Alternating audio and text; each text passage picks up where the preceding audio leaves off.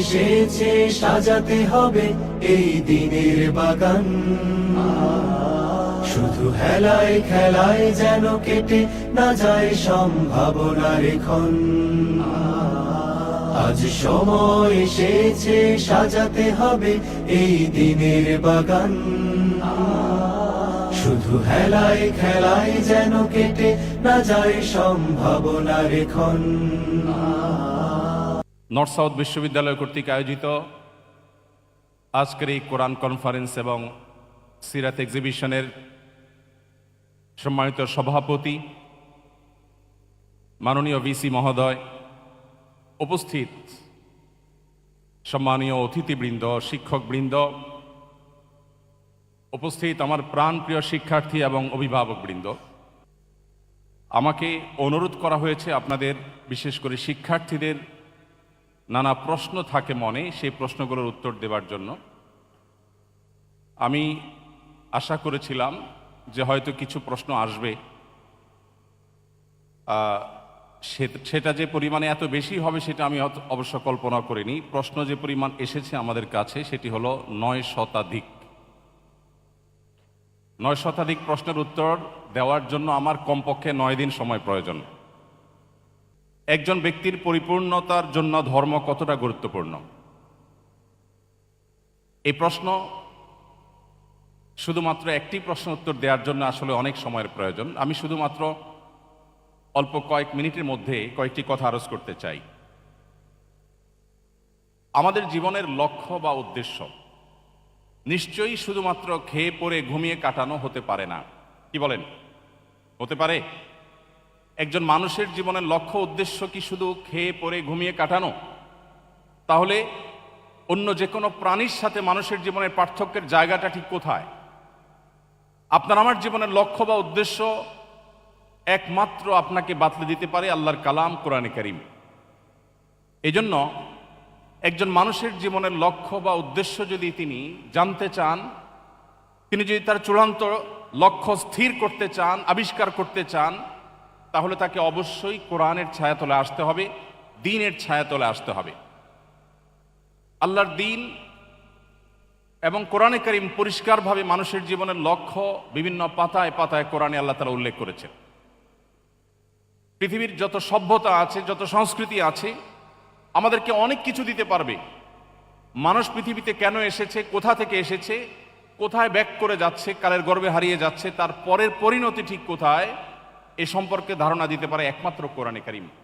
এজন্য নিজের জীবনের লক্ষ্য জানবার প্রয়োজনে, নিজের চূড়ান্ত উদ্দেশ্য এটি স্থির করবার প্রয়োজনে আমাদেরকে দ্বীনের সামনে সমর্পণ করতে হয়। এছাড়া প্রকৃতিগতভাবে আল্লাহ রাব্বুল আলামিন মানুষকে সৃষ্টি করেছেন এমনভাবে, প্রত্যেকটা মানুষ জন্মগতভাবে, প্রকৃতিগতভাবে মহান রব্বুল আলামিনের কাছে নিজেকে সমর্পণ করবার চেষ্টা করে। এক মহান সত্তার কাছে নিজেকে সমর্পণ করা ছাড়া মানুষের আত্মা কখনো পরিপূর্ণ প্রশান্তি পায় না। মানুষের সুখে দুঃখে রব্বুল আলামিনের সঙ্গে সম্পৃক্ত হওয়ার প্রয়োজন প্রত্যেকটা মানুষ বাই নেচার অনুভব করে, প্রকৃতিগতভাবে মানুষ ফিল করে। অতএব এই অনুভবটা মানুষকে একমাত্র জাগাতে পারে এবং এই চাহিদা পূরণ করতে পারে আল্লাহর কালাম কোরআনে কারীম তথা দ্বীন। সম্মানিত উপস্থিতি, মানুষের নৈতিকতার চূড়ান্ত মানদণ্ড ঠিক করে দিতে পারে আল্লাহর দ্বীন কোরআনে কারীম। মানুষ যখন নিজে থেকে নিজের ভালো মন্দের মানদণ্ড ঠিক করে, তখন মানুষ তার প্রয়োজন অনুযায়ী মানদণ্ড ঠিক করে।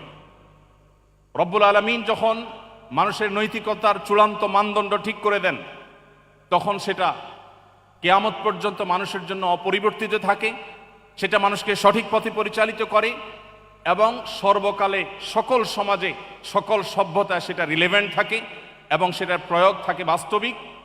আজ থেকে ১৫০০ বছর আগে মুহাম্মদ সাল্লাল্লাহু আলাইহি সাল্লাম আল্লাহর পক্ষ থেকে পাওয়া ওয়াহির ভিত্তিতে যে সমস্ত কথা বলে গেছেন, আজকের পৃথিবীর সাথে বহু সংকটের সাথে আমরা মেলালে দেখব সেগুলো যেন আজকের বাস্তবতা আল্লাহ তাআলা নাজিল করেছেন। আজকের পৃথিবী পরিবেশ বিপর্যয়ের শিকার। পরিবেশ বিপর্যয়ের শিকার হয়ে আমরা বৃক্ষরোপণের গুরুত্ব আরোপ করছি। আমরা পরিবেশ বিপর্যয়ের শিকার হয়ে পরিবেশ রক্ষা করবার গুরুত্ব আমরা বিভিন্নভাবে মানুষকে ব্যাখ্যা করছি। কিন্তু আজ থেকে প্রায় ১৫০০ বছর আগে যখন পৃথিবীর পরিবেশ বিপর্যস্ত ছিল না, যখন ফ্যাক্টরি রেভলিউশন হয়নি, যখন কালো ধোঁয়ার কারণে মানুষের জীবনযাত্রা ব্যাহত হয়নি, ঠিক সেই সময়ের পৃথিবীতে মহানবী হযরত মুহাম্মদ সাল্লাল্লাহু আলাইহি সাল্লাম এমন কিছু দিক নির্দেশনা দিয়ে গেছেন যেগুলো আজকে প্রায় ১৫০০ বছর পরেও মনে হচ্ছে আজকের প্রেক্ষিতে তিনি দিয়ে গেছেন। তিনি একদিকে বৃক্ষরোপণের গুরুত্ব আরোপ করেছেন।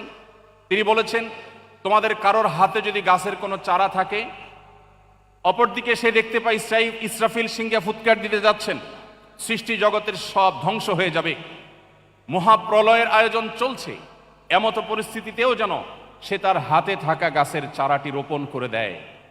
ধ্বংসযজ্ঞ চলবে, মহাপ্রলয় সংগঠিত হবে, আমি এই চারা রোপণ করে কি লাভ হবে সেই চিন্তা না করে একজন মুসলিম তার হাতের চারা রোপণ করবে, এবং এই গাছ থেকে যদি কোনো মানুষ, কোনো প্রাণী, কোনো পোকামাকড়, কোনো কীটপতঙ্গ, কোনো পিপিলিকা, যে কোনো প্রাণী সেখান থেকে কোনো কিছু গ্রহণ করে, সেটা অক্সিজেন হতে পারে, খাবার হতে পারে, ছায়া হতে পারে, অন্য কোনো দিক থেকে উপকারিতা হতে পারে, আল্লাহ রাব্বুল আলামিন পরিষ্কারভাবে নবী সাল্লাল্লাহু আলাইহি ওয়াসাল্লামের হাদিস বলছে, ওই ব্যক্তি যিনি গাছ রোপণ করেছেন তাকে মানুষ, অন্যান্য প্রাণীদের যত উপকার হবে এই বৃক্ষরোপণের ফলে তার সবগুলোর সওয়াব আল্লাহ তাআলা তাকে দান করবেন।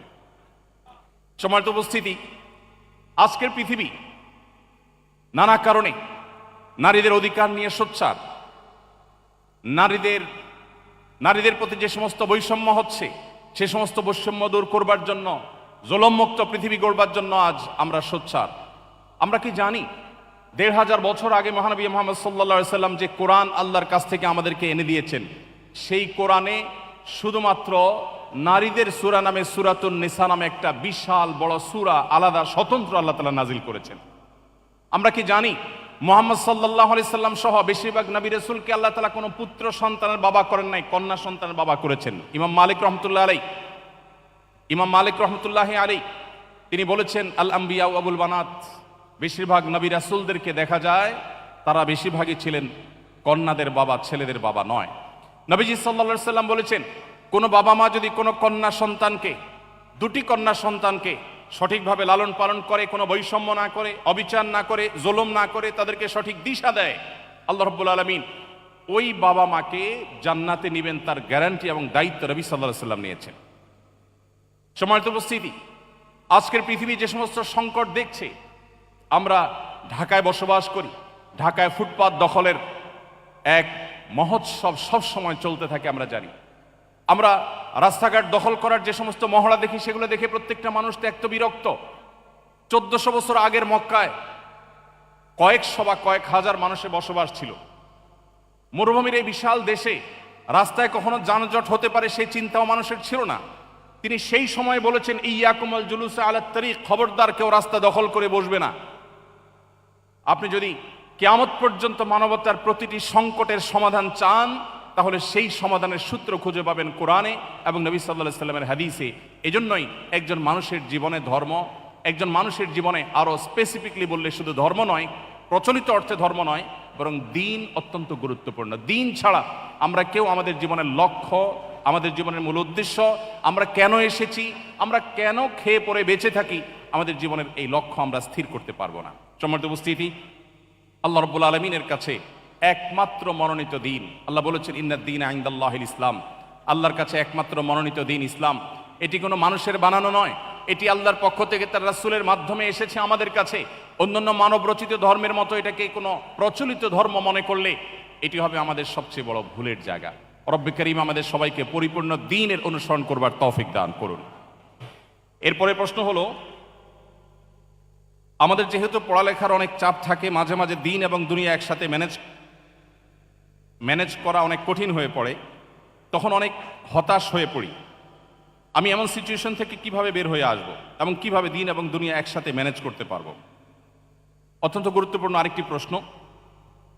এই প্রশ্নগুলো হয়তো আমাদের অনেকের, সুনির্দিষ্ট কোনো স্টুডেন্ট হয়তো প্রশ্ন করেছেন, কিন্তু এই প্রশ্নের সাথে আমাদের অনেকেরই জীবনের সম্পর্ক আছে। এটি হয়তো আমাদের অনেকের মনের প্রশ্ন। আমাদের জীবনে দ্বীন এবং দুনিয়াকে চমৎকারভাবে সমন্বয় করবার সূত্র কোরআন বলে দিয়েছে।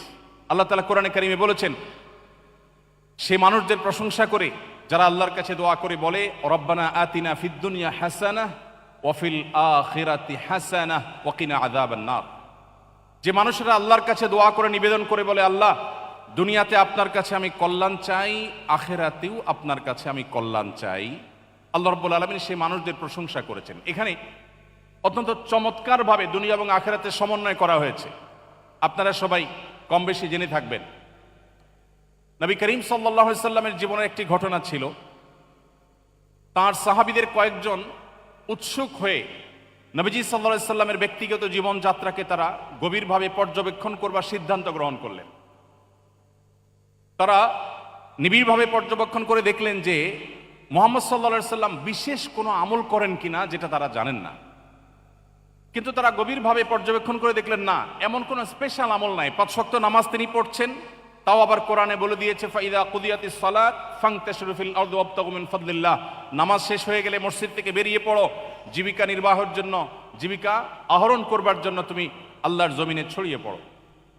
তো মুহাম্মদ সাল্লাল্লাহু আলাইহি সাল্লাম সেই আয়াতের উপর আমল করছেন। তিনি সারাদিন আমলে মগ্ন থাকছেন না, শুধুমাত্র আমল ও ইবাদতই করছেন না, তিনি দিন এবং দুনিয়াকে অত্যন্ত চমৎকারভাবে সমন্বয় করছেন। তার জীবনযাত্রা দেখে ওই কয়েকজন সাহাবী তারা নিজেদের মধ্যে বলাবলি করলেন যে মুহাম্মদ সাল্লাল্লাহু আলাইহি সাল্লাম আল্লাহর নবী এবং রাসূল, তার ব্যাপারটি ভিন্ন, আমরা কি এভাবে করলে চলবে? তাহলে আমরা কি করব? আমরা আমাদের জীবনে আল্লাহর ইবাদতের জন্য পরিপূর্ণভাবে পুরো জীবনকে আমরা উৎসর্গ করব। তখন ওই কয়েকজন সাহাবী সিদ্ধান্ত নিলেন। একজন বললেন, আমি জীবনে কখনো আর বিবাহ করব না, সারা জীবন শুধু ইবাদত বন্দেগী করব, সংসারের ঝামেলা আমি যাব না। আরেকজন বললেন, আমি প্রতিদিন রোজা রাখবো, আমার জীবনে আর কখনো দিনের বেলা পানাহার করব না, সারা জীবন আমি নফল রোজা রাখবো। এভাবে এক একজন যখন এক একটা সংকল্পের কথা ব্যক্ত করছেন, নবীজি ইতিমধ্যে হাজির হয়েছেন এবং তাদের কথা শুনেছেন। তিনি বলেছেন, তোমরা কি আলাপ করছিলে? তখন তারা বললে, হে আল্লাহর রাসূল, আমরা এই আলাপ করেছি। নবীজি বলেছেন, দেখো, তোমাদের চাইতে আল্লাহকে আমি সবচেয়ে বেশি ভয় করি, অথচ আমি কোনোদিন রোজা রাখি, নফল রোজা, আবার কোনোদিন পানাহার করি। আমি বিবাহ করেছি, আমার সংসার আছে, আমার জীবন আছে, আমার পরিবার আছে, আমার দুনিয়ার ব্যস্ততা আছে। আমি শুধুমাত্র ধর্ম বা দিন পালন করতে গিয়ে আমার দুনিয়াকে এক পাশে রেখে ঠেলে দিয়ে দুনিয়াকে আমি ভুলে গিয়ে আমার জীবন যাপন করিনি। আবার অপর দিকে দুনিয়ার মধ্যে, বস্তুবাদের মধ্যে হাবুডুবু খেয়ে আমার আখিরাতকে, অনন্তকালকে আমি ভুলে যাইনি। নবী সাল্লাল্লাহু আলাইহি সাল্লাম দিন এবং দুনিয়াকে অত্যন্ত চমৎকারভাবে সমন্বয় করবার যে দিশা তাদেরকে দিয়েছেন, সেটি হলো আপনার প্রশ্নের উত্তর। অর্থাৎ আমরা যদি মুহাম্মদ সাল্লাল্লাহু আলাইহি সাল্লামকে পরিপূর্ণভাবে অনুসরণ করি, আমরা যদি কোরআনের পাতা খুলে আমাদের জীবনের গাইডলাইন গ্রহণ করি, তাহলে ইনশাআল্লাহ তাআলা আমাদের জীবনে অনাস্থা, হতাশা, বিশেষ করে আজকে ঘরে ঘরে ডিপ্রেশন, গত কয়েক বছরে বিশেষ করে কোভিড-19 সময় আমাদের তরুণদের মধ্যে, বিশ্ববিদ্যালয় পড়ুয়া শিক্ষার্থীদের মধ্যে প্রচুর পরিমাণ ফ্রাস্ট্রেশন, প্রচুর পরিমাণ হতাশা, প্রচুর পরিমাণে আত্মবিশ্বাসের অভাব দেখা দিয়েছে। অনেক তরুণরা আত্মহত্যার পথে পর্যন্ত পা বাড়িয়েছে। সম্মানিত উপস্থিতি, আপনি যদি আপনার জীবনের লক্ষ্য খুঁজে পেতে চান, আপনি যদি মানসিক প্রশান্তি চান, আল্লাহ বলেছেন, আলা বিযিক্রিল্লাহি তাতমাইন্নুল কুলুব। তুমি যদি আল্লাহকে স্মরণ করতে পারো, তুমি যদি আল্লাহকে স্মরণে রাখতে পারো, তাহলে এটা তোমার অন্তরকে প্রশান্ত করবে। অতএব আপনার হতাশা দূরের জন্য আপনি কোরআন এক হাতে তুলে নিন, অপর হাতে সিরাতে রাসূল তুলে নিন, ইনশাআল্লাহ আপনার হতাশা আল্লাহ তাআলা দূর করবেন। এরপরে প্রশ্ন হলো, এই ফিতনা সংকুল সময় আমরা কিভাবে আমাদের ঈমান মজবুত ও অটুট রাখতে পারি? এ ব্যাপারে ডক্টর আজহারি কথা বলেছেন এবং আমাদেরকে গাইডলাইন দিয়েছেন। আমরা সেই গাইডলাইন ফলো করলে ইনশাআল্লাহ বিদিনিল্লাহ আমরা ফিতনা সংকুল সময় ঈমানকে রক্ষা করতে পারবো। নবী সাল্লাল্লাহু আলাইহি সাল্লাম ভবিষ্যৎবাণী করেছেন, কিয়ামতের আগে পৃথিবীতে এমন একটা পরিবেশ আসবে, জ্বলন্ত কয়লা হাতে রাখা যত কঠিন হবে, মানুষের জন্য ঈমান বক্ষে ধারণ করে রাখা সেরকম কঠিন হবে। আজকে পৃথিবীর যেদিকে তাকাবেন আপনি দেখবেন ইসলামোফোবিয়া, চতুর্দিকে আপনি দেখবেন ইসলামের প্রতি ভীতি ছড়ানো হচ্ছে। মানুষ দিন পরিপালন করবে, দিন প্রতিপালন করবে, তার দিনকে অনুসরণ করবে, আল্লাহর দাসত্ব করবে, এটা আজকের পৃথিবীতে সবচেয়ে কঠিন এবং সবচেয়ে বাধা দেওয়া হয় এমন একটি বিষয়ে পরিণত হয়েছে। অতএব এটাকে বলা হয় ফিতনা সংকুল সময়। আপনি চান ভালো পথে চলতে, কিন্তু চলতে পারেন না। আপনি চান জান্নাতের পথে যেতে, কিন্তু জান্নাতের পথে এবং জাহান্নামের পথে এমন এমন কাটা বিছানো আছে যে আপনার জন্য সেটা অতিক্রম করা কঠিন। সময়ত উপস্থিতি, এই ফিতনা সংকুল সময় ঈমানকে মজবুত করবার জন্য একদিকে আমাদের কোরআন এবং সুন্নাহকে আঁকড়ে ধরতে হবে, অপরদিকে আমাদেরকে একটি দ্বীনি এনভায়রনমেন্টের মধ্যে নিজেদেরকে রাখতে হবে, এবং তৃতীয়ত আমাদেরকে আল্লাহর কাছে দোয়া করতে হবে, রব্বানা লা তুযিগ কুলুবানা বা'দা ইয হাদাইতানা ওয়া হাব লানা মিন লাদুনকা রাহমাহ ইন্নাকা আনতাল ওয়াহ্হাব। হে আল্লাহ, আপনি আমাকে হেদায়েত দেওয়ার পর আর আমাকে পথভ্রষ্ট করবেন না, আমাকে হেদায়েতের উপর অটল রাখুন। রব্বে করিমের কাছে আমাদের দোয়া অনবরত অব্যাহত রাখতে হবে। এরপরে প্রশ্ন হলো, অজু ছাড়া ইস্তেগফার ও দুরূদ পড়া যাবে কিনা? অজু ছাড়া ইস্তেগফার এবং দুরূদ পড়া যাবে কিনা এর প্রশ্ন উত্তর হলো, আল্লাহ রাব্বুল আলামিন যে বিষয়গুলো মানুষের জন্য সবচাইতে আবশ্যক, যেটা ছাড়া মানুষ তার ঈমানকে ধরে রাখা, আল্লাহর সাথে কানেকশনকে ধরে রাখা কঠিন, সে বিষয়গুলোকে আল্লাহ তাআলা সহজ করে দিয়েছেন। এর মধ্যে একটা হলো ইস্তেগফার এবং যে কোনো তাসবিহ এবং দোয়া। একজন ঈমানদার প্রতিটা মুহূর্তে আল্লাহর কাছে দোয়া করার মুখাপেক্ষী। নবীজি সাল্লাল্লাহু আলাইহি সাল্লাম বলেছেন, কোনো ব্যক্তি তার জুতার ফিতা যদি ছিঁড়ে যায়, খুব ছোট একটা বিষয়, মাইনর একটি বিষয়, যেটি সে চাইলেই খুব সহজেই সমাধান করতে পারে, এই মুহূর্তেও সে যেন আল্লাহর কাছে দোয়া করে, আল্লাহ এটাও একটা বিপদ হতে পারে ছোট, আপনি আমার বিপদ থেকে রক্ষা করুন। তো প্রতি মুহূর্তে যেহেতু আমাদের দোয়া করতে হয়, এই জন্য দোয়ার জন্য অজু শর্ত নয়, কারণ প্রত্যেকবার অজু করে দোয়া করা এটা আমাদের জন্য কঠিন হবে। এই জন্য আল্লাহ তাআলা দোয়ার জন্য অজুর কোনো শর্ত রাখেননি। একজন ঈমানদার বিনা অজুতে এবং যেই কোনো মুহূর্তে, এমনকি গোসল ফরজ হলেও ওই মুহূর্তে একজন ঈমানদার আল্লাহর কাছে দোয়া নিবেদন করতে পারেন, ইস্তেগফার করতে পারেন, তাসবিহ তাহলিল পড়তে পারেন এবং দুরূদ পাঠ করতে পারেন। অতএব আমরা যে কোনো মুহূর্তে এই আমলগুলো করতে পারি, বিশেষ করে যখন আমরা পবিত্র জায়গায় থাকব, শারীরিকভাবে অপবিত্র হলেও এই আমলগুলো করা যাবে। এরপরে প্রশ্ন হলো, আমি জানি যে আমি যা করেছি তা ভুল এবং আমি আন্তরিকভাবে তওবা করি এবং আল্লাহর কাছে ক্ষমা চাই, কিন্তু কিছু সময় পর আমি আবার একই ভুলে পতিত হই, এরপর দোষবোধ ও আল্লাহ থেকে বিচ্ছিন্নতা অনুভূত হয়। আমি কিভাবে এই চক্র ভাঙতে পারি এবং সত্যিকারে নিজেকে নিয়ন্ত্রণ করতে পারি, যাতে একই পাপ বারবার না করি? এই প্রশ্ন আমার মনে হয় আমাদের কম বেশি সবারই। কি বলেন, এই প্রশ্নের বাইরে কেউ আছেন? আমরা কি কেউ গুনাহমুক্ত আছি? আমরা কি কেউ পাপমুক্ত আছি? প্রতি মুহূর্তে আমাদের গুনাহ হচ্ছে।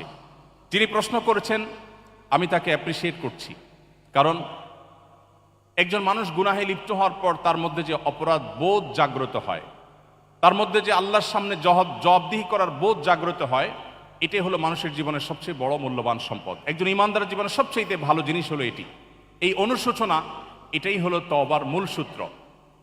কোরআনে কারিমে আল্লাহ রাব্বুল আলামিন বলেছেন, পরিষ্কারভাবে আল্লাহ তাআলা ঘোষণা দিয়েছেন, লা তাকনাতু মির রাহমাতিল্লাহ।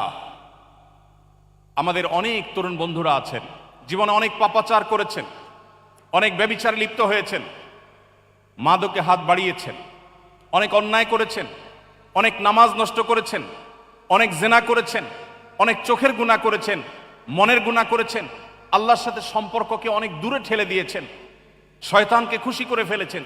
তিনি অনুভব করছেন তিনি আল্লাহর রহমত থেকে অনেক দূরে সরে গেছেন, যেমনটি প্রশ্নকর্তা লিখেছেন। প্রিয় ভাইরা আমার, একজন মুসলমান হিসাবে আমাদের জন্য সবচেয়ে বড় প্রাউড করার, গর্ব করবার মতো একটা জিনিস হলো আল্লাহ রাব্বুল আলামিন আমাদের জন্য ক্ষমার দুয়ারকে ওপেন করে রেখেছেন। আল্লাহ রাব্বুল আলামিন ক্ষমার দরজাকে আল্লাহ তাআলা এতটা খুলে রেখেছেন, নবী করিম সাল্লাল্লাহু আলাইহি সাল্লাম বলেছেন, কোনো মানুষ ঠিক জীবন সায়ান্নে যখন মৃত্যু শয্যায় শায়িত, যখন তিনি তার মৃত্যু নিশ্চিত জেনেছেন, ঠিক সেই মুহূর্তটির আগ মুহূর্ত পর্যন্ত তার জীবনের যে কোনো বাঁকে বাঁকে, যে কোনো মোড়ে, যে কোনো গতিপথে, যে কোনো গলিতে, যে কোনো পর্যায়ে, যে কোনো স্টপেজে দাঁড়িয়ে যদি মানুষ সিদ্ধান্ত নেয় আমি আর জাহান্নামের পথে ছাড়বো না, আমি জান্নাতের পথে যাব, নবী করিম সাল্লাল্লাহু আলাইহি সাল্লাম পরিষ্কার ঘোষণা দিয়েছেন আল্লাহ রাব্বুল আলামিন সমস্ত গুনাহ মাফ করে দিবেন। প্রিয় ভাইরা আমার, একটি ধারণা আমাদের অনেকের কাছেই হয়তো পরিষ্কার নয়, সেটা হলো ইসলামে এমন কোনো অপরাধ নাই, এমন কোনো পাপ নাই, এমন কোনো গুনাহ নাই, এমন কোনো খারাপ কাজ নাই যে কাজ মানুষ পরিহার করবার সংকল্প করার পর আল্লাহর পথে, জান্নাতের পথে ফিরে আসার সিদ্ধান্ত গ্রহণ করে আর আল্লাহ তাআলা সেটা ক্ষমা করেন না। ক্ষমার অযোগ্য পাপ বলতে আল্লাহর কাছে কোনো অপরাধ নাই। প্রিয় ভাইরা আমার, পৃথিবীতে প্রচলিত যে ধর্মগুলো আছে, কোন কোন ধর্মের মানুষ মনে করে মানুষ যত পাপ করুক কোনো অসুবিধা নাই, সেই ধর্মের নবী সমস্ত পাপ সবগুলো আল্লাহর কাছ থেকে মোচন করিয়ে নেবেন, ফলে তাদের কোনো তওবা করতে হয় না। আবার অপরদিকে অনেক এমন সম্প্রদায় আছে যারা মনে করে ছোটখাটো কোনো পাপ করলেই মানুষ ইসলাম থেকে খারিজ হয়ে যায়। এর বিপরীতে আল্লাহ তাআলা কোরআনে কারিমে বলেছেন, লা তাকনাতু মির রাহমাতিল্লাহ, লা তাকনাতু মির রাহমাতিল্লাহ, তোমরা আল্লাহর রহমতের আশা কখনো ছাড়বে না। ইন্নাল্লাহা ইয়াগফিরুয যুনুবা জামিআ, আল্লাহ তোমাদের সমস্ত পাপাচার মাফ করে দিবেন। এমন কোনো পাপ নেই, এমন কোনো অপরাধ নেই, এমন একটি গুনাহ নেই যে গুনাহ আল্লাহ তাআলা মাফ করবেন না। শর্ত আপনাকে অনুতপ্ত হতে হবে, আপনাকে আত্মশাসন করতে হবে, আপনাকে ভৎসনা করতে হবে। ইমানদারের সবচেয়ে বড় অ্যাডভান্টেজের জায়গাই হলো এটা, ইমানদার জীবনের যে কোনো মুহূর্তেই তার জীবনকে ঘোরাতে পারে, তার জীবনকে পরিবর্তন করতে পারে। শুধু একটি সিদ্ধান্ত গ্রহণ করতে হবে, আমি আর জাহান্নামের পথে চলবো না, আমি এর নাফরমানি করব না, আমি আল্লাহর পথে চলবো। আমি আগের সমস্ত কাজের জন্য লজ্জিত, অনুতপ্ত এবং সংকল্প করলাম আর করব না। শুধুমাত্র আপনার এতটুকু সিদ্ধান্ত, এতটুকু অবস্থান এবং সংকল্প আপনার জীবনের সমস্ত গুণ, আমার কথা নয়, আল্লাহ বলছেন ইন্নাল্লাহা ইয়াগফিরুয যুনুবা জামিআ, আল্লাহ সকল গুনাহ মাফ করে দিবেন ইনশাআল্লাহ।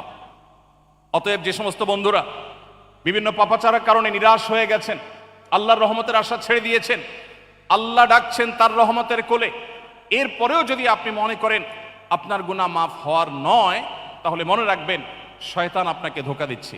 আপনারা সবাই নিশ্চয়ই শুনে থাকবেন, ইসলামী বিশ্ববিদ্যালয় কুষ্টিয়ার একজন প্রফেসর ছিলেন ডক্টর খন্দকার আব্দুল্লাহ জাহাঙ্গীর রহমাউল্লাহ, নাম শুনেছেন না স্যারের? আব্দুল্লাহ জাহাঙ্গীর রহমাউল্লাহ বলতেন শয়তানের সবচেয়ে বড় অস্ত্র, শয়তানের সবচেয়ে বড় হাতিয়ার হলো মানুষকে নিরাশ করে দেওয়া, মানুষকে আশাহত করে দেওয়া। নবী রাসূলদের কাজ ছিল মানুষকে আশাবাদী করে তোলা।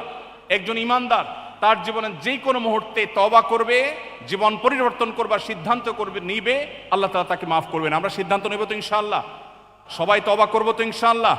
আল্লাহ আমাদের সবাইকে আপনি জাহান্নামমুখী যাত্রা পরিহার করে জান্নাতমুখী যাত্রায় আসার তৌফিক দান করুন। প্রিয় ভাইরা আমার, আপনার জীবনে বহু ব্যভিচার করেছেন, আল্লাহর শপথ করে বলছি, ওলামা ইকরাম এখানে আছেন, কোরআন এবং হাদিসের একটি টেক্সট, একটি লাইন কেউ দেখাতে পারবে না যে আপনি এত বেশি অপরাধ করেছেন, আপনার অপরাধ ক্ষমা হবে না, এমন একটি আয়াত এবং হাদিস কেউ দেখাতে পারবে না। বরং আপনি যদি সিদ্ধান্ত গ্রহণ করেন যে আপনার রুট চেঞ্জ করবেন, আল্লাহ আপনার গুনাহকে মাফ করবেন। এরপরও যদি কেউ আল্লাহর রহমতের ছায়াতলে আসতে বিলম্ব করে, কেউ দেরি করে, কেউ যদি না আসে, তার চাইতে হতভাগা, তার চাইতে কপাল পড়া দুর্ভাগার কেউ হতে পারে না। রব্বে কারীমের কাছে দোয়া করি, আল্লাহ আপনি আমাদের সবাইকে তওবা করে আপনার জান্নাতের পথে, কোরআন এবং হাদিসের পথে একজন খাঁটি মুসলিম হওয়ার জন্য আমাদের সবাইকে আসার তৌফিক দান করুন। এরপরে প্রশ্ন হলো, এই আধুনিক বিশ্বে একজন নারী কিভাবে ইসলামের অনুশীলন সঠিকভাবে করতে পারে? প্রিয় ভাইরা আমার, একজন নারী যিনি নিজে মুসলিম পরিচয় দেন, আল্লাহর দাসত্বকে তিনি স্বীকার করেছেন, তিনি আধুনিক পৃথিবী শুধু নয়, কিয়ামত পর্যন্ত পৃথিবী উন্নতির যত শিখরে পৌঁছাবে না কেন, পৃথিবীর প্রত্যেকটা ক্ষেত্রে তিনি পরিপূর্ণভাবে ইসলাম প্র্যাকটিস করে তার অবদান রাখবার সুযোগ আছে। কিন্তু ইসলামের যে স্বকীয়তা আছে, ইসলামের যে বিধান আছে, সেটাকে আপন জায়গায় মাথায় রেখে সেটাকে পরিপালন করে তিনি চাইলে বিভিন্ন সেক্টরে অবদান রাখতে পারেন। আপনারা জানেন মহানবী মুহাম্মদ সাল্লাল্লাহু আলাইহি সাল্লামের জীবদ্দশায় মহিলা সাহাবীরা তারা বিভিন্ন সেক্টরে সমাজে তারা নেতৃত্ব, বিভিন্ন সেক্টরে তারা অবদান রেখেছেন। তারা পর্দার মধ্যে থেকে, শরিয়ার বিধানের মধ্যে থেকে তারা কিন্তু সমাজে বিভিন্ন রকম অবদান রেখেছেন। কিন্তু তাকে একজন মুসলিম নারী হিসাবে ইসলাম যে আইডেন্টিটি দিয়েছে সেটাকে ধারণ করতে হবে। আজকের পৃথিবীতে আমরা দেখি আমাদের বোনরা, আমার কথা আমাদের বোনরা অনেকে শুনছেন নিশ্চয়ই, অনেক বোনরা আছেন যারা নিজেদেরকে পুরুষের মতো করবার চেষ্টা করেন। একজন নারী তিনি যদি তার নিজেকে পুরুষের মতো করবার চেষ্টা করেন, এটা কি তার জন্য খুব সম্মানের? আপনি যদি একজন নারী হয়ে আপনি মনে করেন আপনাকে পুরুষের মতো হতে হবে, তার মানে আপনি নারী হিসাবে আপনি প্রাউড ফিল করছেন না, আপনি আপনার নারীত্ব নিয়ে আপনি অপমান বোধ করছেন। এটা তো জাহিলি যুগের মানুষের কালচার ছিল। আল্লাহ কোরআনে বলেছেন, ওয়াইদা বুশরা আহাদুহুম বিল উনসা যাল্লা ওয়াজহুহু মুসওয়াদ্দান ওয়া হুয়া কাযীম। জাহিলি যুগের মানুষদের, সেই আইয়ামে জাহিলিয়াতের বর্বরতার যুগের সময়ের মানুষকে যখন বলা হতো তোমার কন্যা সন্তান হয়েছে, তখন তাদের মুখ কালো হয়ে যেত। ইয়াতাওয়ারা মিনাল কওম, সে মুখ লুকালুকি করত। আল্লাহ তাআলা কোরআনে কারিমে সেটাকে পরিষ্কারভাবে কঠোর ভাষায় ভর্ৎসনা করেছেন। এবং আল্লাহ তাআলা বলেছেন, আল্লাহ তাআলা যাকে ইচ্ছা তাকে কন্যা সন্তান দেন, যাকে ইচ্ছা তাকে পুত্র সন্তান দেন, যাকে ইচ্ছা তাকে উভয়টা দেন, কাউকে আল্লাহ কিছুই দেন না। এবং নবী রাসূলদেরকে আল্লাহ তাআলা কন্যা সন্তান দিয়েছেন এবং তাদেরকে বাঁচিয়ে রেখেছেন। অতএব একজন নারী তার মুসলিম আইডেন্টিটিকে সমুন্নত রেখে তিনি তার সমাজের বিভিন্ন সেক্টরে অবদান রাখবার সুযোগ আছে, কিন্তু মুসলিম আইডেন্টিটিটা তার সবচেয়ে গুরুত্বপূর্ণ বিষয়। এরপরে প্রশ্ন হলো, শিক্ষার্থীদের উপর কি হজ ফরজ হয়? শিক্ষার্থীদের উপরে হজ ফরজ কিনা? এর উত্তর হলো, হজ আসলে কার উপরে ফরজ এটা নির্ভর করে ওই ব্যক্তির সামর্থ্যের উপর। যাকে আল্লাহ তাআলা সামর্থ্য দিয়েছেন, আল্লাহ বলেছেন ওয়ালিল্লাহি আলান নাসি হিজ্জুল বাইতি মান ইসতাতাআ ইলাইহি সাবিলা, যে ব্যক্তি মক্কায় গিয়ে হজ করে আসার আর্থিক শারীরিক সঙ্গতি রাখে তার উপরে হজ করা ফরজ। তার পরিচয় কি তিনি শিক্ষার্থী নাকি ব্যবসায়ী, তিনি পুরুষ কিংবা নারী, তিনি বৃদ্ধ নাকি পরিণত বয়সের না তরুণ নাকি অন্য কোনো বিভাগের, সেটা দেখবার বিষয় না। মূলত দেখার বিষয় হলো তার সামর্থ্য আছে কিনা। কারো যদি সামর্থ্য থাকে তাহলে তার উপরে হজ ফরজ। এমনকি কোনো শিক্ষার্থী তিনি স্টুডেন্ট লাইফে যদি হজ করবার মতো সামর্থ্য তার হয়ে যায়, হজ করে আসতে যে পরিমাণ টাকা লাগে সে টাকার মালিক যদি হয়ে যায় এবং সেটা যদি ঋণমুক্ত থাকে তাহলে তারপরে হজ ফরজ হবে এবং হজ অনতিবিলম্বে তার করা কর্তব্য। হ্যাঁ, কোনো শিক্ষার্থী যদি বাবার অনেক সম্পদ থাকে, তার নিজের কোনো সম্পদ না থাকে, তাহলে শরীয়ত তার উপরে হজের এই বিধানকে আরোপ করে না। এরপরে প্রশ্ন হলো, তরুণদের মধ্যে ট্রল এবং ব্যঙ্গ বিদ্রুপ করা এটি আজকাল প্রতিষ্ঠিত কালচারে পরিণত হয়েছে। এ বিষয়ে ইসলাম কি বলে? খুবই গুরুত্বপূর্ণ একটি বিষয়।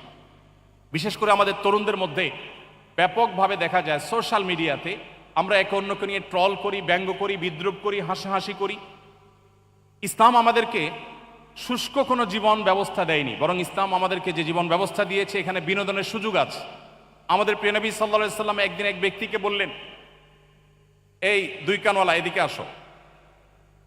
এক ভদ্রলোককে ডাকলেন, একজন সাহাবীকে ডাকলেন, ইয়া সাহেবাল উজনাইন আও ইয়া জাল উজনাইন, অর্থাৎ হে এই ব্যক্তি যার দুইটা কান আছে তুমি এদিকে আসো। এখন দুই কান নেই কার? সবারই দুই কান আছে। এটা তার রসিকতা ছিল।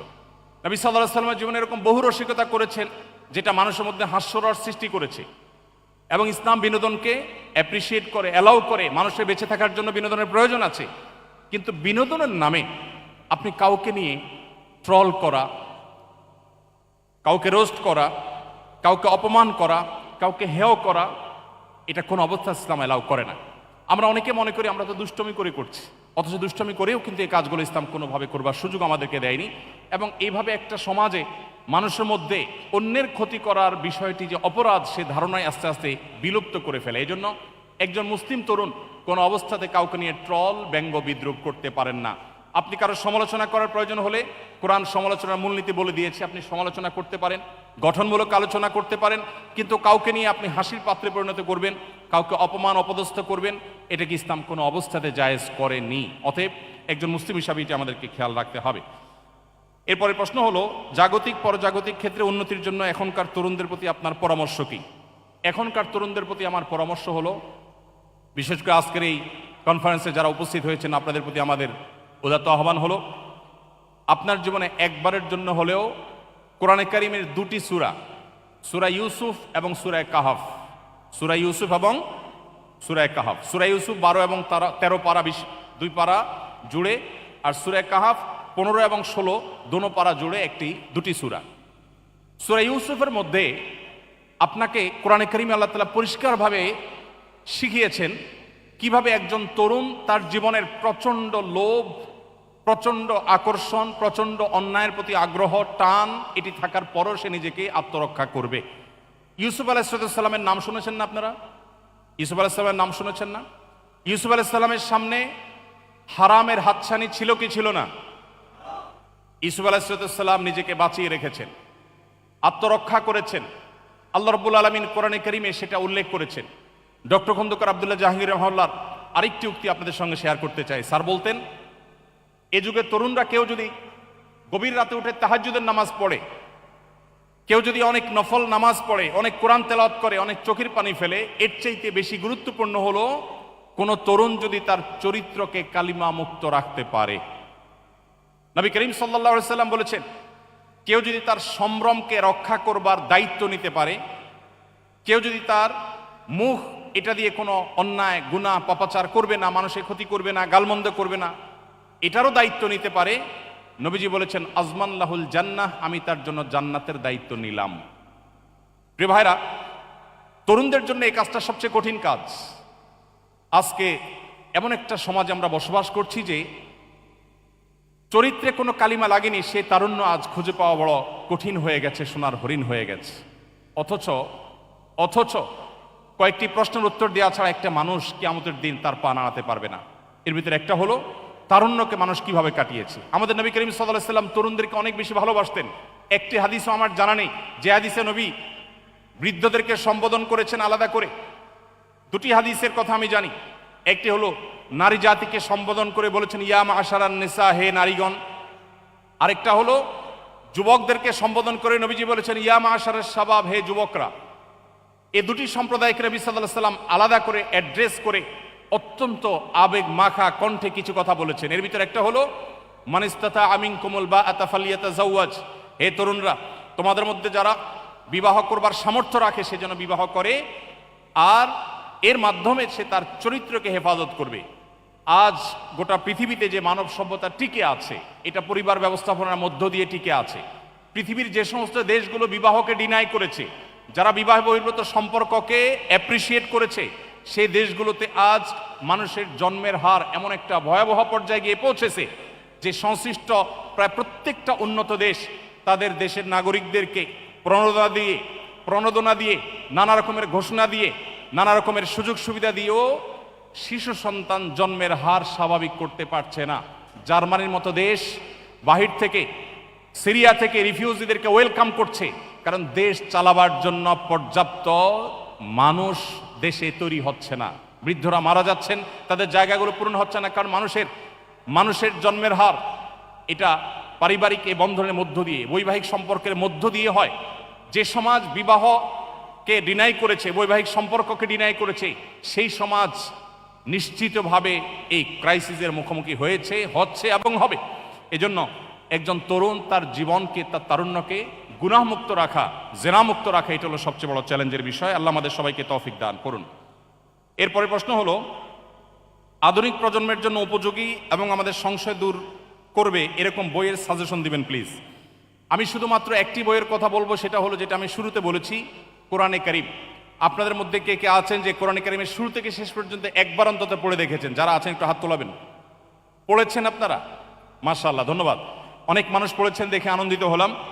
যারা পড়েননি, কোরআনে কারীমের শুরু থেকে শেষ পর্যন্ত একবার অর্থ সহকারে বুঝবে পড়বেন, এরপরে সুযোগ থাকলে বারবার পড়বেন। কোরআন এমন একটা মহাগ্রন্থ, যেই মহাগ্রন্থ আপনাকে পৃথিবীতে কিয়ামত পর্যন্ত আসা মানুষকে যে কোনো সংকটে অত্যন্ত পরিষ্কার গাইডলাইন করবে, পথ দেখাবে। অতএব আমরা মনে করি যে আধুনিক সময়, আধুনিক প্রজন্মের জন্য অন্য কোনো বই বোধহয় উপযোগী।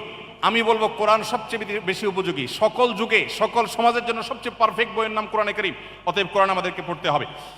এরপরে প্রশ্ন হলো, পড়াশোনায় প্রোডাক্টিভিটি বাড়াতে কোন সুন্নাহ বিশেষভাবে পালনীয়? শুধু পড়াশোনা নয়, আমাদের পুরো জীবনে সামগ্রিকভাবে জীবনে যদি প্রোডাক্টিভিটি বাড়াতে চাই, জীবনে বরকত যদি আনতে চাই, দুটি সুন্নাহ আমল করতে হবে। কয়টি সুন্নাহ? দুটি। নাম্বার এক, আমাদের জীবনে রাতে তাড়াতাড়ি শোয়ার অভ্যাস করতে হবে।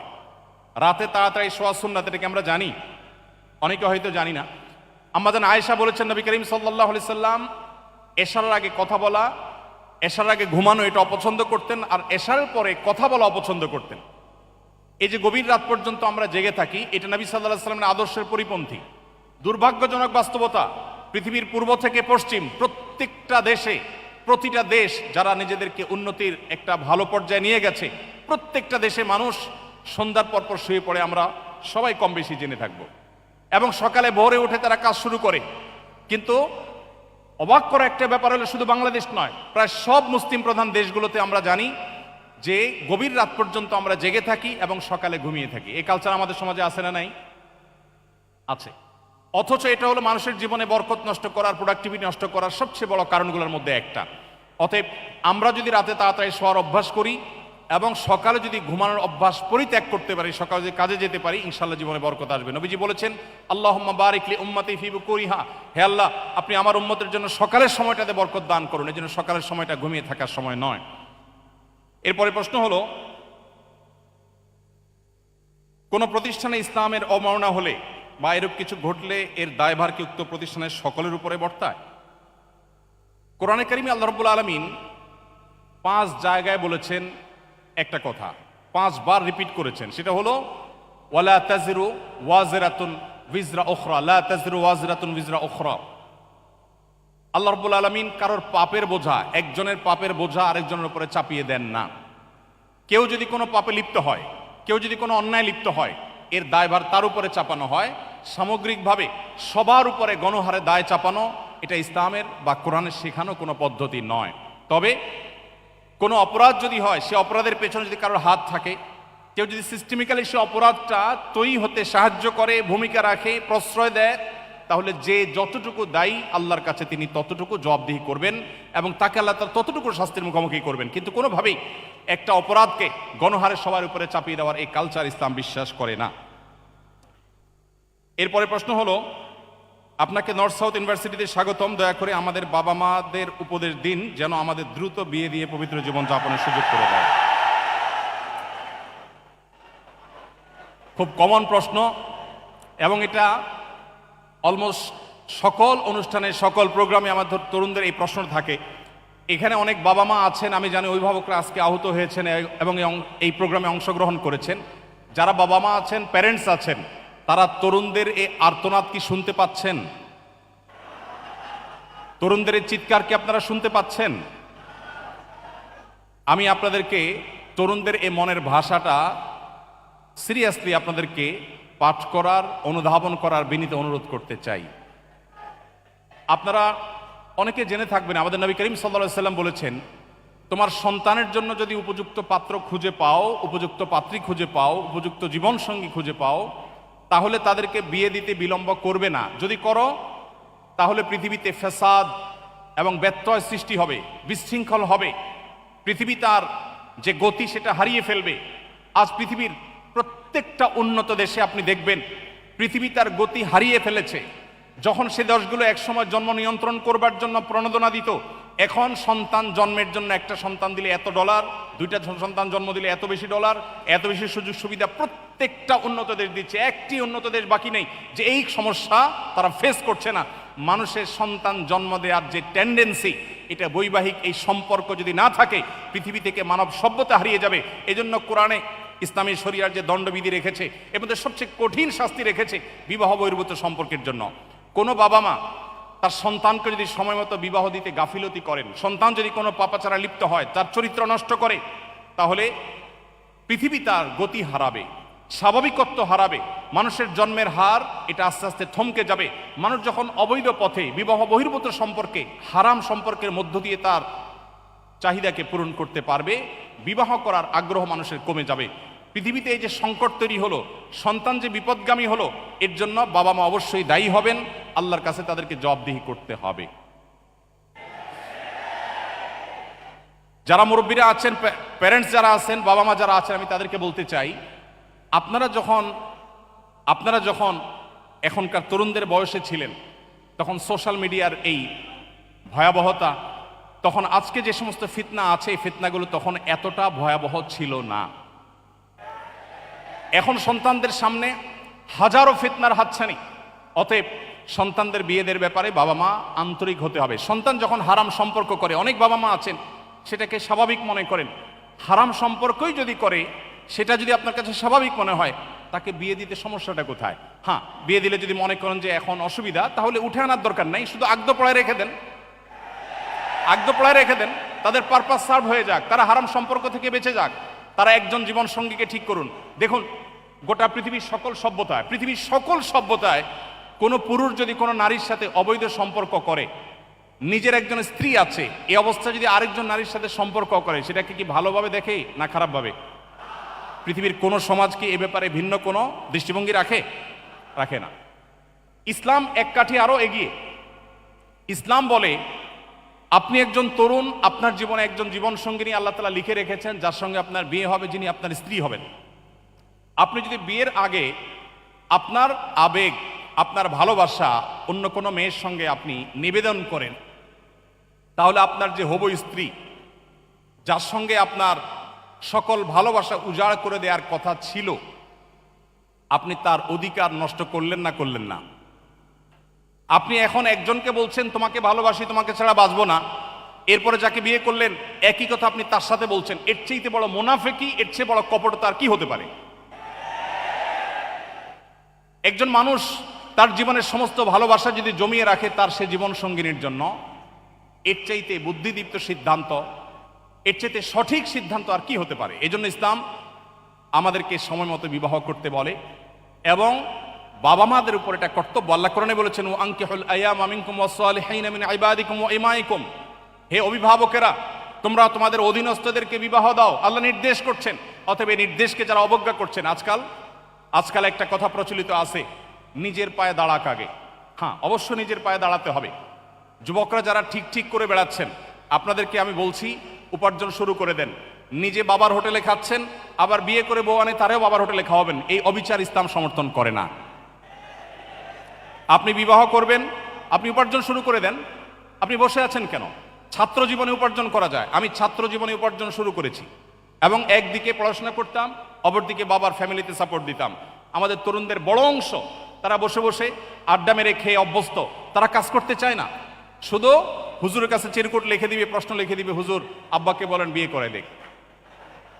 আপনার বাবা আপনাকে বিয়ে করে দিবে, কিন্তু বিয়ে করার জন্য আপনার স্ত্রীর মিনিমাম খরচ, মোহরের টাকা আপনাকে জোগাড় করতে হবে। চেষ্টা করবো তো ইনশাআল্লাহ? হারাম রিলেশনকে না করবো তো ইনশাআল্লাহ? ভাইরা আমার, আমরা সবাই জানি হারামে আরাম নাই, না আছে? হারামে আরাম নাই, সবাই জানি তো। অতএব বিবাহ বহির্ভূত সম্পর্ক করে কোনোদিন মানুষ আরাম পেতে পারে না, মানসিক প্রশান্তি কখনো পেতে পারে না। যারা আমাদেরকে সারাদিন প্রেম ভালোবাসার ট্রেনিং দেয়, আছে না? সারাদিন প্রশিক্ষণ দেয় কিভাবে প্রেম ভালোবাসা করতে হবে, কিভাবে ধর্ম ডিঙ্গিয়ে যেতে হবে, বাবা মাকে ডিঙ্গিয়ে যেতে হবে, সমাজের বিরুদ্ধে যেতে হবে, তারপরেও তথাকথিত প্রেমকে জয় করতে হবে, এই ট্রেনিংগুলো দেয় না কিছু মানুষ? এদের জীবনে দেখবেন এক একজনের বিয়ের জীবনে 2টা 4টা 5টা 6টা বিয়ে, একটাও টিকে না। তারা আপনাকে যে প্রেম ভালোবাসার ট্রেনিং দেয়, তার নিজের জীবনে প্রেমের সফলতা তিনি খুঁজে পাচ্ছেন না। এই জন্য হারাম পথে নয়, আমাদের সমস্ত আবেগ ভালোবাসা সব উজাড় করে দিব হালাল পথে ইনশাআল্লাহ। আল্লাহ আমাদেরকে তৌফিক দান করুন। এরপরে প্রশ্ন হলো, নর্থ সাউথ বিশ্ববিদ্যালয় এই ধরনের আয়োজনকে আপনি কিভাবে দেখছেন? খুবই স্বাভাবিক একটি বিষয় আমি দেখছি, খুবই স্বাভাবিক। একটা মুসলিম অধ্যুষিত দেশে একটা বিশ্ববিদ্যালয়ে দ্বীনি আয়োজন হবে, বিষয়টা কি স্বাভাবিক না অস্বাভাবিক? খুবই স্বাভাবিক। বিশ্বাস করুন, আমার কাছে এটা খুবই স্বাভাবিক একটি বিষয় মনে হচ্ছে। গত 2 দিন কি 3 দিন আগের ঘটনা, ভারতে সফর করেছেন সম্ভবত রাশিয়ার প্রেসিডেন্ট এবং ভারতের প্রধানমন্ত্রী রাশিয়ার সেই নেতাকে তাদের একটা হিন্দুদের একটা ধর্মগ্রন্থ উপহার দিয়েছেন। আপনারা দেখেছেন না পত্রপত্রিকায়? আমাদের দেশে যদি এরকম কোনো নেতা আসেন অন্য কোনো ধর্মাবলম্বী, তাকে যদি আমাদের কোনো ধর্মগ্রন্থ উপহার দেওয়া হয়, বিষয়টা কি স্বাভাবিক না অস্বাভাবিক? খুবই স্বাভাবিক। একটা মুসলিম অধ্যুষিত দেশে এটা হবে, এটাই স্বাভাবিক। কিন্তু দুর্ভাগ্যজনকভাবে আমাদের সমাজে নানা কারণে দিনটাকে এমন একটা পর্যায়ে নিয়ে রাখা হয়েছে যেন এটা কোনোভাবেই স্পর্শ করা যাবে না, এটা স্পর্শ করলে আমাদের জাত চলে যাবে। এজন্য আমি বিনীতভাবে অনুরোধ করতে চাই, এই বিষয়গুলোকে খুব স্বাভাবিকভাবে আমাদের নিতে হবে। দিন আমাদেরকে সেটা শিখায় এবং সেটা আমাদের অবশ্যই অধিকারের অংশ। এরপরে প্রশ্ন হলো, একজন বিশ্ববিদ্যালয়ের ছাত্র হিসাবে কিভাবে তাওহীদ এবং সুন্নাহর পথে দাওয়াত দিতে পারি? একজন বিশ্ববিদ্যালয়ের শিক্ষার্থী হিসাবে আপনি তাওহীদ এবং সুন্নাহর পথে দাওয়াত দেওয়ার জন্য সবকিছুর আগে প্রয়োজন আপনার ইসলামের বেসিক জ্ঞান অর্জন করা। ইসলাম সম্পর্কে বেসিক নলেজ অর্জন করলে আপনি যেটুকু জানেন সেটুকু আপনি পৌঁছাতে পারেন। ইসলাম শুধুমাত্র আলেমদেরকে ধর্ম প্রচারের দায়িত্ব দেয়নি। আল্লাহ কোরআনে কারিমে পরিষ্কারভাবে বলেছেন, নারী হোক আর পুরুষ হোক, যে কেউ সৎ কাজের আদেশ এবং অসৎ কাজে বাধা প্রদান করতে পারে। নবীজি বলেছেন, বাল্লিগু আন্নি ওয়ালাউ আয়া, আমার কাছ থেকে একটি আয়াতও যদি হয় সেটা অন্যদের কাছে তোমরা পৌঁছে দাও। অতএব আপনাদের কেউ যদি ইসলাম প্রচার করবার জন্য দাঁড়িয়ে যান, আপনি যেটুকু প্রচার করবেন সেটুকু কোরআন এবং হাদিসে আছে কিনা, সেটুকু প্রুফড কিনা, সেটুকু সঠিক কিনা, জাস্ট এটুকু এনশিওর করা আপনার দায়িত্ব। এছাড়া ইসলাম প্রচারের যে বেসিক নীতিমালা আছে সেটি জানলে আপনি যতটুকু জানেন ততটুকুর প্রচার করতে পারবেন। ইসলাম এমন কোনো ধর্ম নয় যেই ধর্ম শুধুমাত্র আলেম ওলামারাই কথা বলবে, ধর্ম প্রচার করবে, বাকিরা শুনবে। আপনি দেখেছেন ডক্টর জাকির নায়েকের মতো মানুষ ইসলাম প্রচার করেছেন না করেননি? পৃথিবীর কোনো আলেম তার ইসলাম প্রচারকে ডিনাই করেছেন দেখাতে পারবেন? কোনো আলেম ডিনাই করেননি। অতএব আমাদের যে কোনো স্টুডেন্ট, যে কোনো সাধারণ শিক্ষিত ভাই বা বোন ইসলাম প্রচার করতে চাইলে ইসলাম সেটাকে অ্যাপ্রিসিয়েট করে, কিন্তু যেটুকু প্রচার করবেন সেটুকু জেনে শুনে প্রচার করবেন, দায়িত্বশীলতার সাথে প্রচার করবেন। ইসলামের নামে ভুল ভাল কোনো কিছু যেন প্রচার না হয়, সেটি হলো আমাদের কর্তব্য। এরপরে প্রশ্ন হলো, দিনে ফেরার পর আবারও দিন হারিয়ে ফেলেছি, যার ফলে হতাশ হয়ে আছি, যার ফলে হতাশা আছে, আপনার উপদেশ ও পরামর্শ চাই। প্রিয় ভাই আমার, একজন মানুষ দিনে আসার পর যদি আবার দিন থেকে বিচ্যুত হয়ে যান, এর চেয়ে দুর্ভাগ্যের বিষয় আর কিছু নয়। যিনি প্রশ্ন করেছেন তিনি নিজে বলছেন যে তিনি হতাশ হয়ে গেছেন, দিন থেকে আবার ব্যাক করেছেন, এই জন্য হতাশ হয়ে গেছেন। এই জায়গাটাতে ভাববার যথেষ্ট সুযোগ আছে। একজন মানুষ প্রকৃতিগতভাবে মহান রব্বুল আলমিনের কাছে, সৃষ্টিকর্তার কাছে নিজেকে সমর্পণ করতে চায়, তার একান্ত মনের কথাগুলো কাউকে বলতে চায়। পৃথিবীর এমন কোনো মানুষ নাই যাকে সব কথা বলা যায়, যাকে সব সময় কথা বলা যায়, যার কাছে সব কিছু সঁপে দেওয়া যায়। এরকম কোনো মানুষ আল্লাহ তাআলা সৃষ্টি করেন না পৃথিবীতে, একজনও না। সেটা আপনার স্ত্রীও না, আপনার মাও না, আপনার বাবাও না, আপনার কোনো বন্ধু না। আপনার জীবনে এমন বহু মুহূর্ত আছে যে মুহূর্তে একান্তে আপনার মনের কথাগুলো বলতে হয়। আল্লাহর কসম, সেটা আল্লাহ রাব্বুল আলামিন ছাড়া আর কোনো সৃষ্টি জগতের আর কোনো সদস্য, আর কোনো সত্তা কেউ নেই। এজন্য আপনার জীবনে যে হতাশা বিরাজ করছে, আমি আল্লাহর উপরে ভরসা রেখে আপনাকে নিশ্চয়তা দিতে পারি, আপনি যদি আবার ইসলামে ব্যাক করেন, আল্লাহ তাআলা আপনার সে ব্যাক করাকে কবুল করবেন। বাবা মা বা পৃথিবীতে অনেক মানুষ একবার যদি কেউ বিপদগামী হয়ে যায় তাকে হয়তো ওয়েলকাম করে না, কিন্তু ইসলাম আমাদেরকে, কেউ যদি ভুল পথে চলে যায় আবার সে ফিরে আসতে চায়, আমি যেটা একটু আগে বলছিলাম, মৃত্যুর আগ মুহূর্ত পর্যন্ত তার জন্য সে দুয়ার খোলা থাকে। অতএব আপনি আবার ইসলামের ছায়াতলে আসুন, আবারও কোরআন হাতে তুলে নিন, আবারও হাদিস আপনি বুকে টেনে নিন, আবারও আপনি সিরাত ধারণ করুন। আপনি নিশ্চিন্তে সিরাতের পথে হাঁটলে ইনশাআল্লাহ আপনার এই ডিপ্রেশন, আপনার এই দুশ্চিন্তা এবং আপনার এই ফ্রাস্ট্রেশন দূর হয়ে যাবে। এরপরে প্রশ্ন হলো, যদি কেউ আজীবন অবিবাহিত বা চিরাকুমার থাকতে চায়, ইসলাম এ ব্যাপারে কি বলে? একদিকে বিয়ে করার জন্য তরুণদের আর্তনাদ, আবার অপর দিকে কেউ চিরকুমার থাকতে চায়। ইসলাম চিরকুমার থাকার এই সিদ্ধান্তকে খুব বেশি অ্যাপ্রিসিয়েট করে না। এটাই হলো ইমামদের সবচেয়ে সঠিক এবং সবচেয়ে গ্রহণযোগ্য মত। কোন স্কলার, কোন ইমাম বলেছেন, কেউ যদি পুরো জীবন আল্লাহর জন্য সঁপে দিতে চায় এবং সে বিবাহ না করতে চায়, সেটা অ্যাপ্রিসিয়েট যোগ্য। বাট এটা মেজরিটি যে ইমামরা আছেন পৃথিবীতে তাদের মত না। তাদের মত হলো, একজন মুসলমান তিনি বৈরাগ্যতা অবলম্বন করবেন না।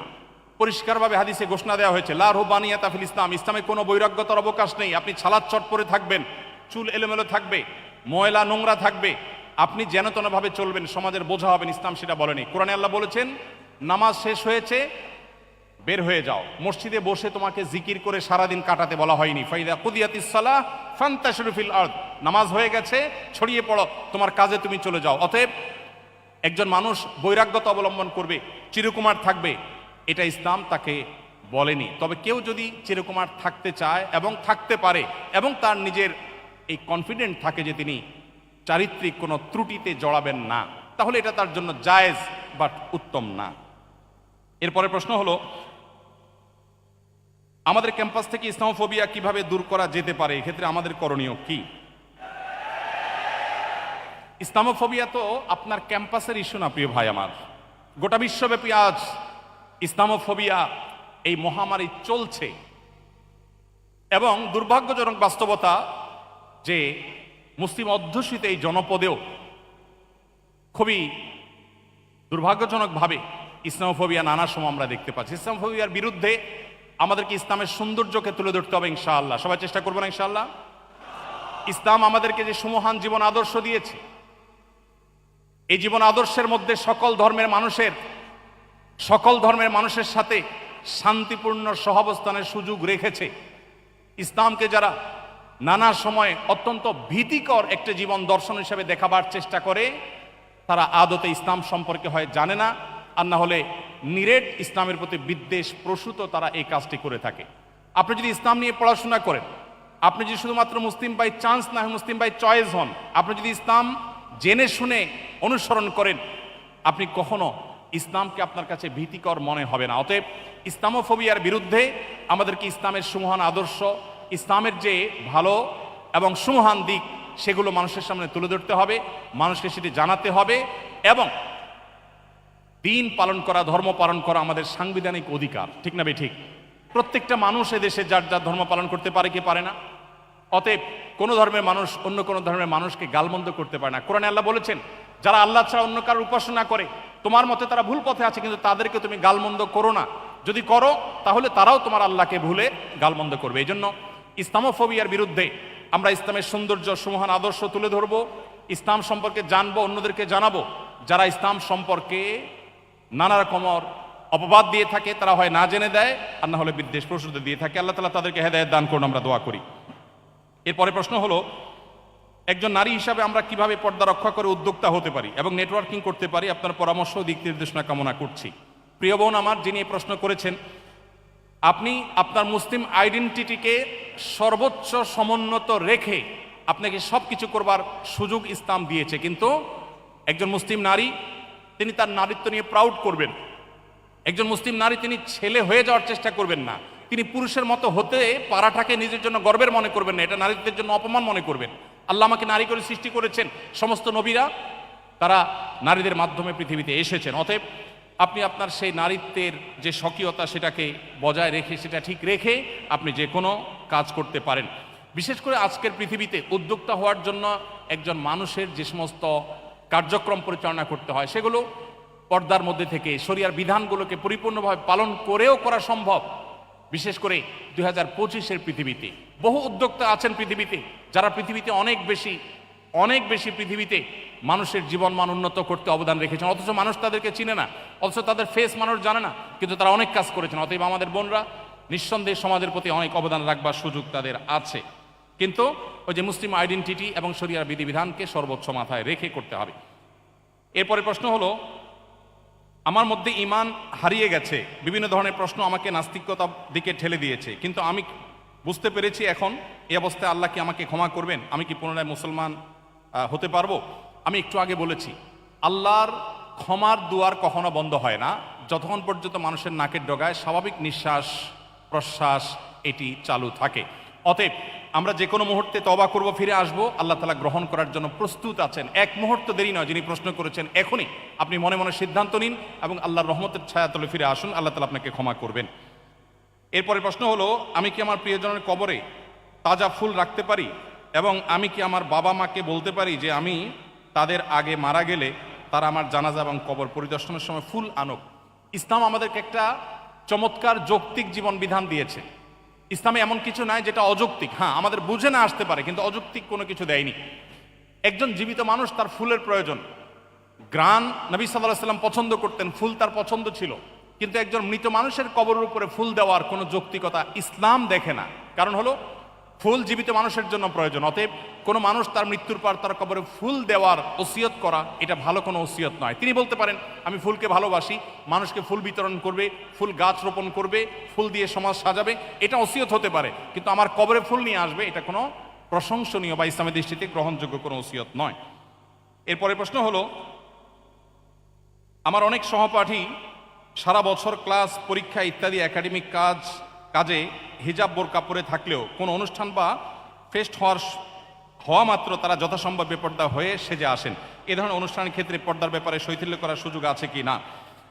দেখুন, যে সমস্ত বোনরা সময় সময় পর্দা করেন, আবার সময় সময় পর্দার বিধান থেকে বের হয়ে আসেন, তাদেরকে বলতে চাই, ইসলাম এমন একটা জীবন বিধান আমাদেরকে দিয়েছে যেটা মরণ পর্যন্ত আমাদেরকে মেনে চলতে হবে। আমাদের সমাজে বেশিরভাগ মানুষ অপরাধ করে সামাজিকতার কারণে। যারা দুর্নীতি করে, যারা দেশের সম্পদ লুট করে, এই মানুষগুলো বেশিরভাগ মানুষ নিজের পেটের দায়ে লুট করে না। কি বলেন, পেটের দায়ে কেউ দুর্নীতি করে? পেটের দায়ে কেউ দুর্নীতি করে? আমাদের সমাজে যত অপরাধ হয়ে থাকে, এই সামাজিক অপরাধগুলো বেশিরভাগ ক্ষেত্রে হয়ে থাকে তথাকথিত সামাজিকতার জন্য, সমাজে নিজের অবস্থানকে এস্টাবলিশ করার জন্য। অতএব একজন মুসলিম নারী তিনি নিজের এই মনের অবস্থাকে তার সিদ্ধান্ত নিতে হবে এবং সঠিক করতে হবে। তিনি কোনো অবস্থাতেই নিজেকে বিশেষ পরিস্থিতিতে পর্দার বিধান থেকে বের করে আনতে পারেন না। আমরা অনেকে আছি নিয়মিত পর্দা করেন, অথচ বিবাহের কোনো অনুষ্ঠান হচ্ছে সেখানে তিনি পর্দা ছেড়ে দেন। মরণ পর্যন্ত আমাদেরকে এই দিনের উপর টিকে থাকতে হবে। আল্লাহ বলেছেন, ওয়াবুদ রাব্বাকা হাত্তা ইয়াতিয়াকাল ইয়াকিন, তুমি তোমার রবের ইবাদত করো মৃত্যু আসার আগ পর্যন্ত। অতএব আমাদেরকে মৃত্যু আসার আগ পর্যন্তই পর্দার বিধান মেনে চলতে হবে। সামাজিকতার খাতিরে যদি আমি আমার দিনকে ছেড়ে দেই, সেটা হবে দ্বীনের নামে আত্মপ্রবঞ্চনা এবং আত্মপ্রতারণা। আল্লাহ তাআলা আমাদেরকে এগুলো থেকে বেঁচে থাকার তৌফিক দান করুন। আমি একেবারে শেষের দিকে চলে আসছি, দুই একটা প্রশ্ন উত্তর দিয়ে আমি শেষ করবো ইনশাআল্লাহ। আমি যদি নিজেকে পুরোপুরি বদলাতে চাই এবং আল্লাহর পথে চলতে চাই, তাহলে প্রথম পদক্ষেপ হিসাবে আমার কি কাজ করা উচিত এবং আল্লাহ কি আমার সব ভুল মাফ করবেন? দেখুন, 9 শতাধিক প্রশ্নের উল্লেখযোগ্য সংখ্যক প্রশ্ন এই রিলেটেড, অর্থাৎ আল্লাহ কি আমাকে মাফ করবেন। আমি কিন্তু বারবার করে বলেছি, আল্লাহ তাআলার গুণবাচক নামগুলোর মধ্যে একটা হলো তাওয়াব। আল্লাহর গুণবাচক নামগুলোর ভিতরে একটা কি? তাওয়াব। তাওয়াব শব্দের অর্থ হলো যিনি বারবার বান্দার গুনাহ মাফ করেন। অতএব একজন মানুষ, একজন মুসলমান, তিনি আল্লাহর কাছে তওবা করে ফিরে আসবেন এবং আল্লাহর কাছে ক্ষমা চাইবেন, এটাতে আল্লাহ তাআলা খুশি হন, আল্লাহ পছন্দ করেন এবং ভালোবাসেন। অতএব আপনি আপনার জীবনকে যদি পরিবর্তন করতে চান, প্রথম কাজ হবে তওবা করা, যে আপনি ট্র্যাক চেঞ্জ করবেন, রুট পরিবর্তন করবেন, জাহান্নাম থেকে জান্নাতের পথে আসবেন, কোরআন এবং হাদিসের পথে আসবেন। দ্বিতীয় কাজ হবে আপনি কোরআন এবং হাদিসের পথে চলবার জন্য একটি দ্বীনি এনভায়রনমেন্ট এবং পরিবেশে নিজেকে রাখবেন, তাহলে আপনার জন্য দ্বীন পরিপালন করা সহজ হবে। তৃতীয়ত আল্লাহর কাছে আপনি কায়মুর বাক্যে দোয়া করবেন, ইনশাআল্লাহ এই ত্রিমুখী প্রচেষ্টার মাধ্যমে আল্লাহ তাআলা আপনাকে আপনার দ্বীনের উপরে টিকে থাকার তৌফিক দান করবেন। সময়ত ভাইরা, রাত অনেক গভীর হয়েছে এবং আমাদের শেষ করতে হবে, যেহেতু ফজর নামাজ পড়তে হবে। একটু আগে আমরা বলেছি, গভীর রাত পর্যন্ত জেগে থাকা এটা সুন্নাহ পরিপন্থী এবং সুন্নাহ লাইফস্টাইলের সঙ্গে সঙ্গতিপূর্ণ নয়। অতএব আমরা আজকে এই প্রশ্নোত্তর সেশন এখানে শেষ করছি। আপনাদের যে অগণিত প্রশ্ন আছে সেগুলো ইনশাআল্লাহ আমাদের কোনো লাইভ অনুষ্ঠানে আমরা দেওয়ার চেষ্টা করব। যদি আমি সঠিক কিছু বলে থাকি আল্লাহর তরফ থেকে, ভুল কিছু বলে থাকি সে দায় আমার এবং শয়তানের তরফ থেকে। আল্লাহ তাআলা আজকের এই কোরআন কনফারেন্সকে, আজকের এই সিরা এক্সিবিশনকে পরিপূর্ণভাবে কবুল এবং মঞ্জুর করবো না, আমিন। এবং এর সাথে যারা জড়িত আছেন, মাননীয় ভিসি মহোদয় সহ কর্তৃপক্ষ যারা এটাকে বাস্তবায়ন করবার জন্য অক্লান্ত পরিশ্রম করেছেন, অনুমোদন দিয়েছেন, যারা যেভাবে অংশগ্রহণ করেছেন, আমরা আরশে আজিমের মালিকের কাছে দোয়া করি আল্লাহ তাআলা সবাইকে এর জন্য সর্বোত্তম বিনিময় দান করুন। আল্লাহ আমাদের সবার জীবনকে কোরআনময় করে দিন, আল্লাহ আমাদের জীবনকে সিরাতময় করে দিন।